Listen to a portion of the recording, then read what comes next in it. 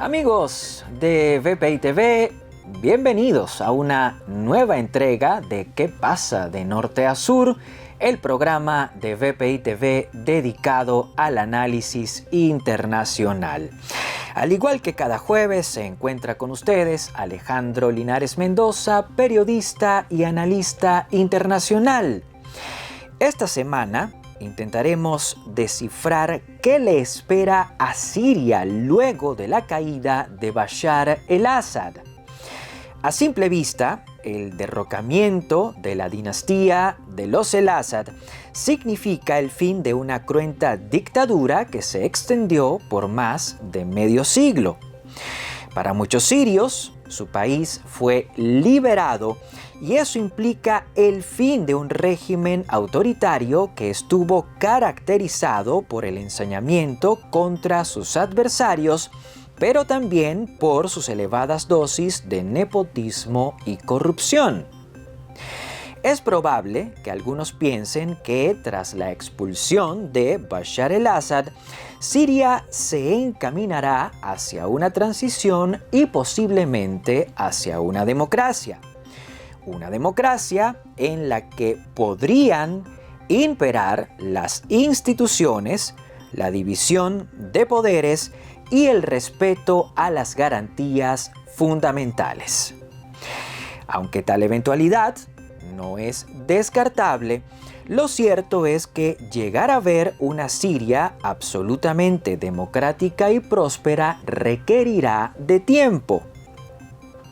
Luego de 13 años de guerra civil, el país se encuentra fragmentado. Hoy por hoy, Siria está poblado por una diversidad de grupos rebeldes.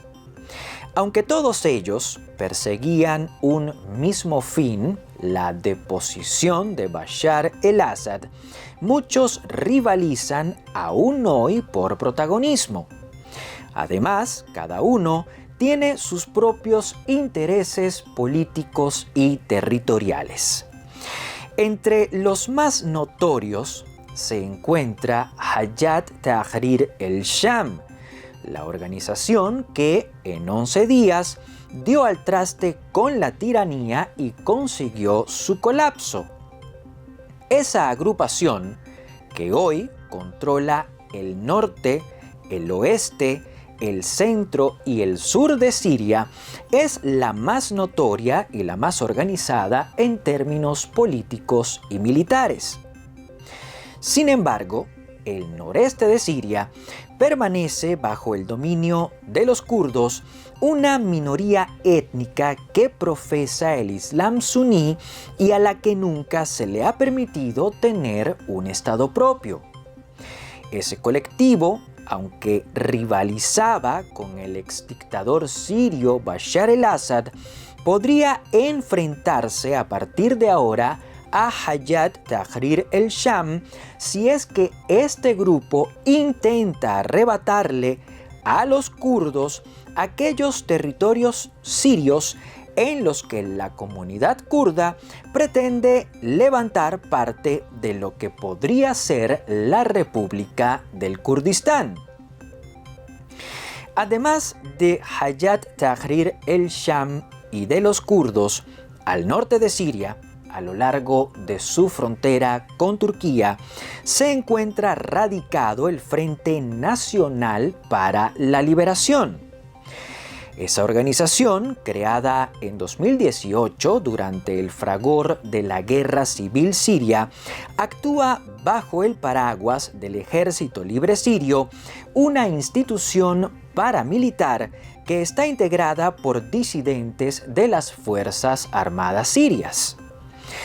Dado que ese grupo es favorable a los intereses de Turquía, existe la posibilidad de que se levante en armas contra los rebeldes de Hayat Tahrir el-Sham en caso de que estos intenten conducir a Siria por un destino que contraríe los intereses de Ankara. Las milicias del Frente Nacional para la Liberación también podrían enfrentarse a los combatientes kurdos en un intento por diezmar a esa minoría. Es preciso recordar que los kurdos, además de estar en Siria, también tienen presencia en Armenia, Irak, Irán y, por supuesto, en Turquía.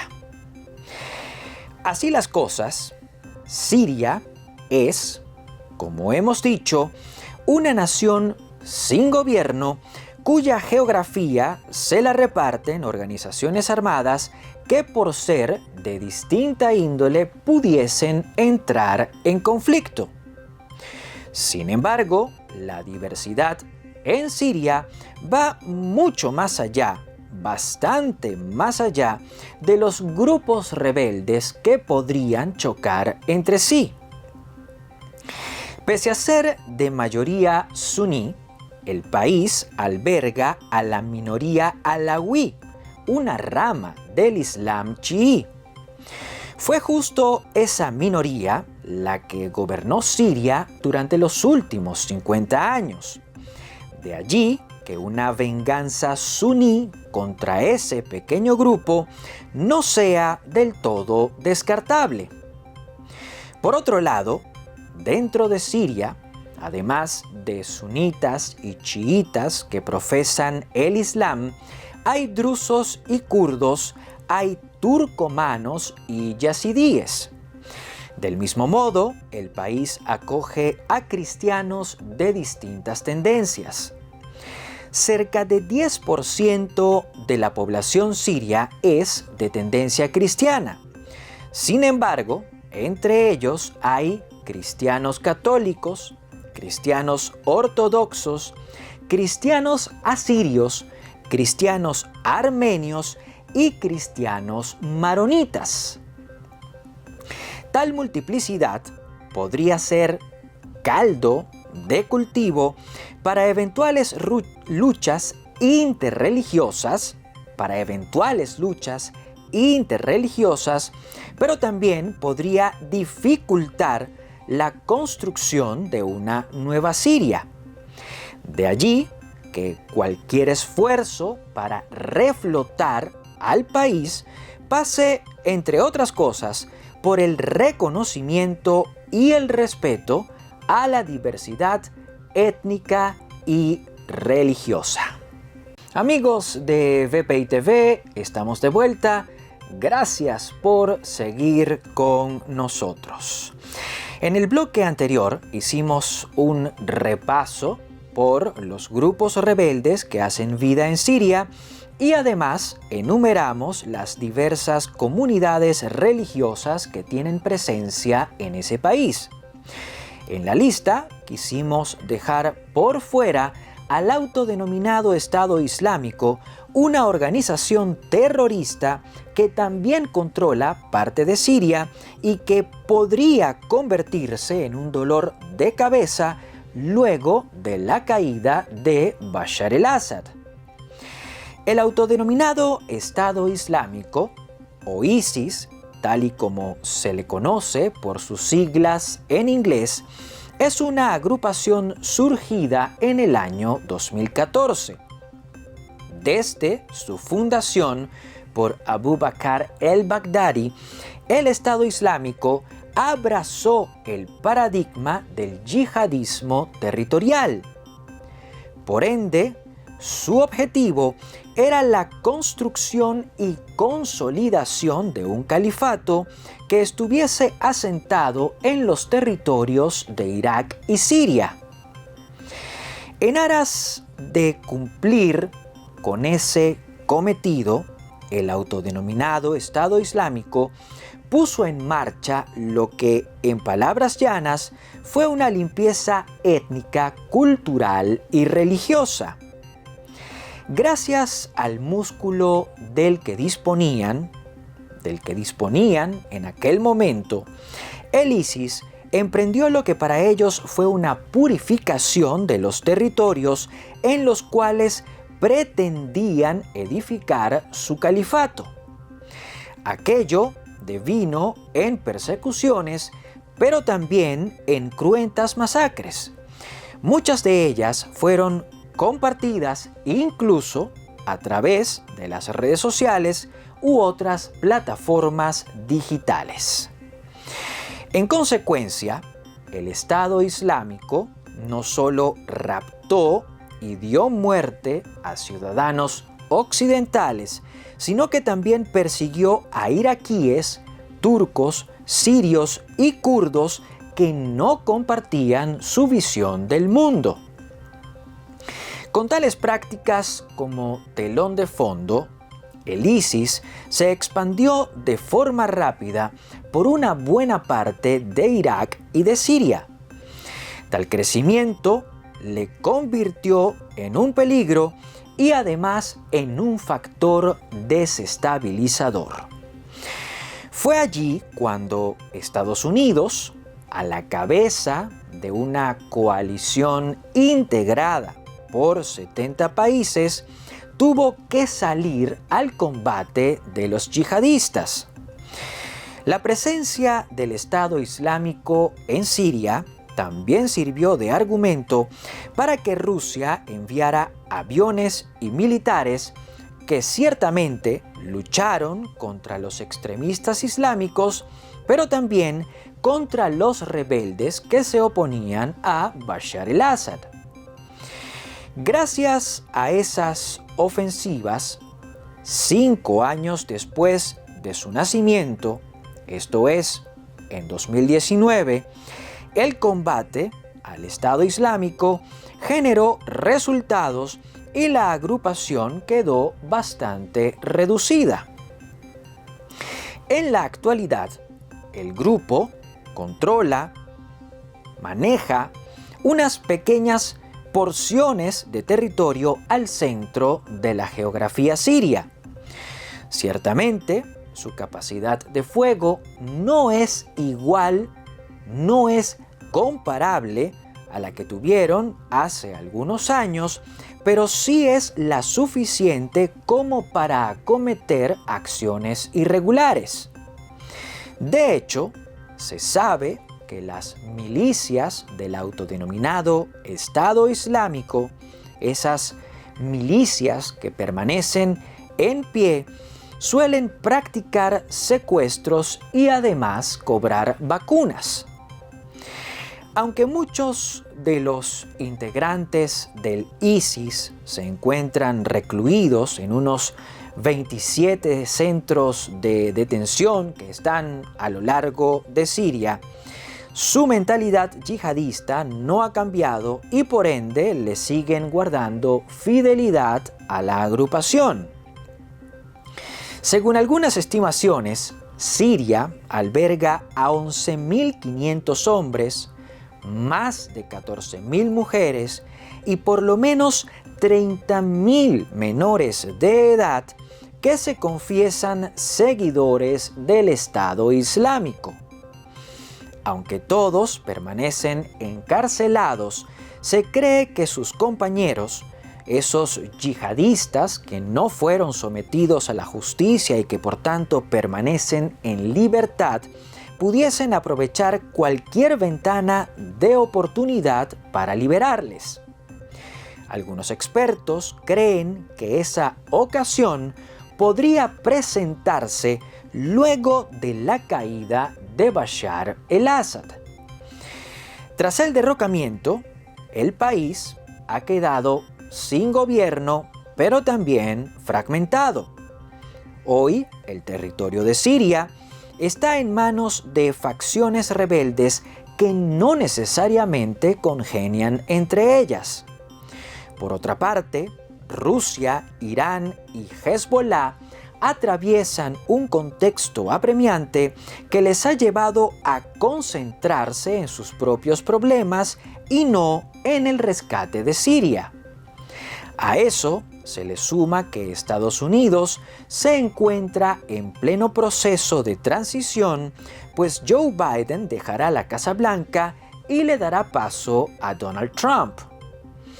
Además, Trump, un dirigente de corte conservador y nacionalista, podría estar poco o muy poco interesado en involucrarse de manera directa en un nuevo conflicto.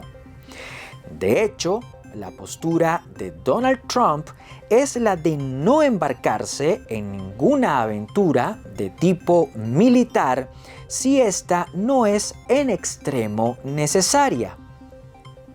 Por todo lo anterior, el Estado Islámico vive un momentum, es decir, vive una situación coyuntural que es idónea y que bien podría favorecer su resurgimiento. Gracias por seguir con nosotros. Esto es ¿Qué pasa? De norte a sur. Estamos entrando en la parte final de nuestro programa y justo por eso vamos a hablarles de Hayat Tahrir el-Sham, el grupo rebelde que en tan solo 11 días logró deponer a Bashar al-Assad. Hayat Tahrir el-Sham es una agrupación armada de corte suní fundada entre 2016 y 2017 dentro del contexto de la guerra civil siria. Aunque en árabe su nombre es Hayat Tahrir el-Sham, en español se le conoce como Organización para la Liberación del Levante. Su antecesor más directo es Jabhat Fateh el-Sham o, lo que es lo mismo, el Frente al-Nusra. Esa fue una milicia que estrechó lazos con Al-Qaeda y que llegó a ser considerada como el brazo armado de ese grupo terrorista dentro de Siria. Sin embargo, en 2016, Mohammed el-Julani, el líder de Hayat Tahrir el-Sham, rompió con Al-Qaeda. Tanto él como sus seguidores se asentaron en Idlib, una urbe que se localiza al noroeste de Siria, y desde allí, desde Idlib, trabajaron en la construcción de un colectivo político-religioso con doctrina propia y, por supuesto, con capacidad de fuego. Debido a que surgió tras un proceso de depuración de lo que fue el Frente al-Nusra, la Organización para la Liberación del Levante heredó el pasado terrorista de su predecesor. De hecho, al día de hoy, Hayat Tahrir el-Sham es considerado como grupo terrorista por la Organización de las Naciones Unidas, pero también por Estados Unidos, la Unión Europea, Rusia y Turquía. Debido a esa designación, el grupo se encuentra sujeto a la congelación de sus activos y a un embargo de armas.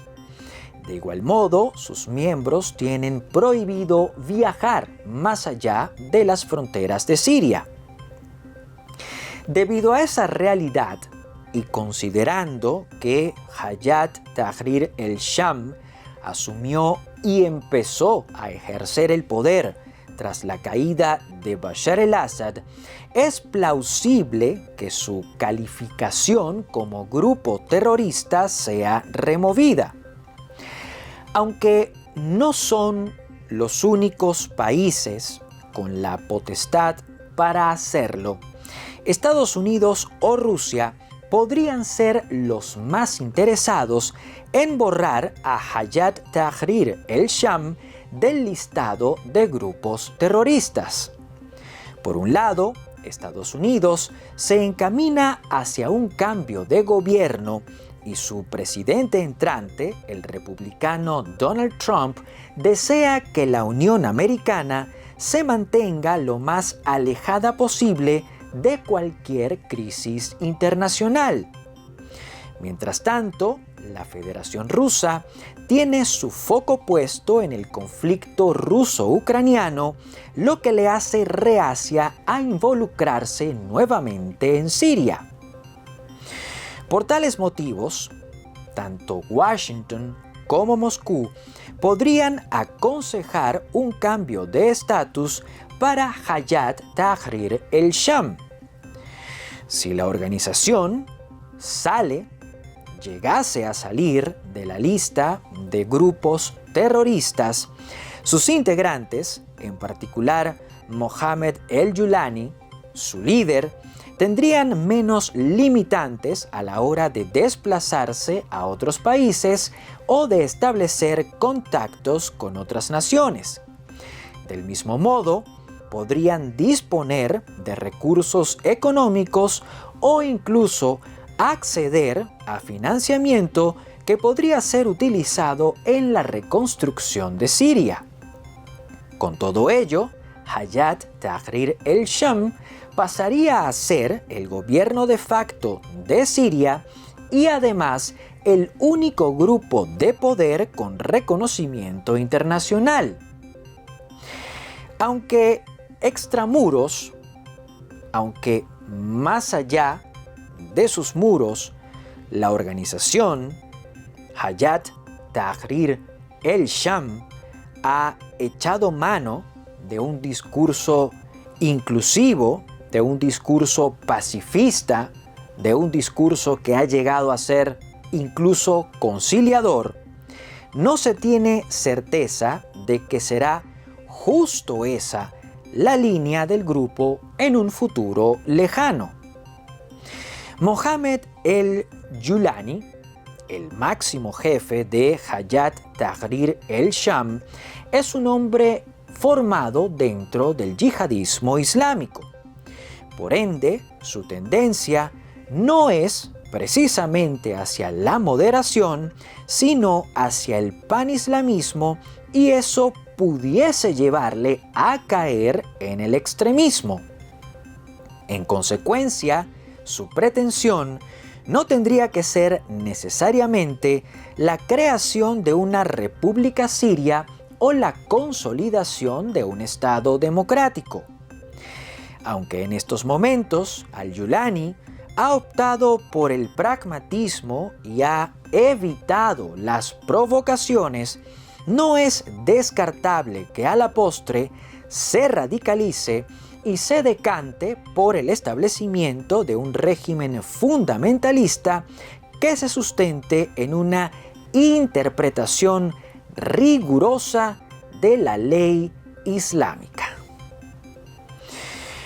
Luego de ese último comentario, vamos a ponerle punto final a la presente emisión de ¿Qué pasa? De Norte a Sur, el programa de BPI TV dedicado al análisis internacional. Hasta este punto les acompañó Alejandro Linares Mendoza, periodista y analista internacional. Nos reencontraremos, si así Dios lo permite, la semana entrante. Por lo pronto, les recuerdo que estar con ustedes siempre será un placer.